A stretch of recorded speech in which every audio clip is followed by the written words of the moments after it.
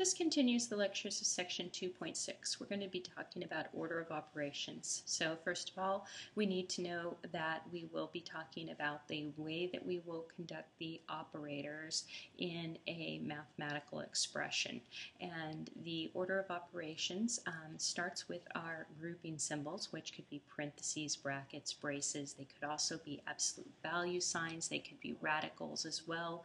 And the fraction bar also serves as another type of grouping symbol. Some books call them grouping symbols, others call them parentheses. I'm going to go with parentheses. Our next step in order of operations is exponents. Again, some books go with exponents being a part of multiplication and others go with them being part of parentheses. I like to break them out on their own. Next steps are multiplication and division in order from left to right. Multiplication doesn't necessarily become before division. And finally, addition and subtraction, again in order from left to right. If you change all subtraction problems to addition, it's all addition, so there's nothing to worry about. A couple of ways to help you remember this: PEMDAS, just the initials that you see here in bold, or please elect my dear Aunt Sally, just different ways to look at those. So let's get started with example number 51 here and doing this order of operations problem. So the first thing I see is that I have operators of addition, exponents, and division. Exponents comes first in that order of operations, our PEMDAS here. So we have that to do first. So our exponents, 2 squared is 2 times 2. And so now I have 7 plus 4 divided by 2. Next in order of operations is going to come the division. And so I'm going to do 4 divided by 2, which is 2. And finally 7 plus 2, which is 9. And that will be my final answer. My next problem is going to be part B. I have an operation of addition, one of multiplication, one of subtraction. In that, the first thing that I need to do is multiplication. So I'm going to do 9 times 5, which gives me 45.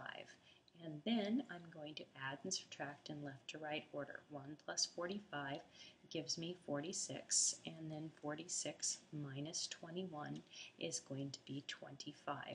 And so that will be my final answer. Next we have part C, a little bit more complicated. We have a division, we have addition, we have multiplication, and we have subtraction. So the first thing that we're going to do is division and multiplication as we come across them left to right. So 6 divided by 3 is 2, and 2 times 10 is 20. And so now we have 2 plus 20, and then we'll subtract 5, and we'll just go from left to right in this. So we have 2 plus 20, which is 22, and 22 minus 5, which is 17.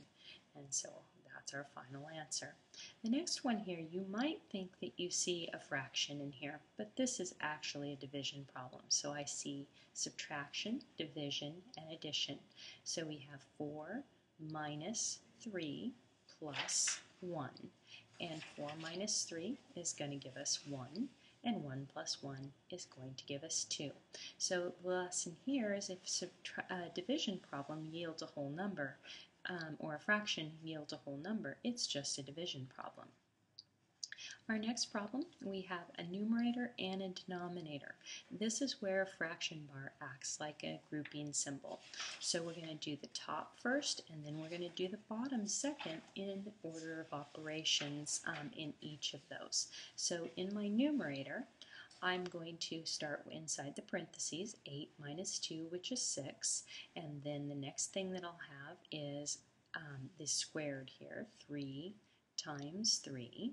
And now I see I have addition, multiplication, and 6 times 6, which is multiplication. So I'll multiply those out. So now I have 11 plus 3 times 3, which is 9, plus 6 times 6, which is 36. And then I can go ahead and add across. So I have 20 plus 36, which is 56.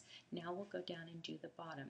We want to make sure that we don't just do left to right, multiply before we add. So 4 times 3, which gives us 12, and 12 plus 2, which gives us 14. And then we have 56 divided by 14, and 56 divided by 14, which is going to give us a 4, and that'll be our final answer. We'll continue in our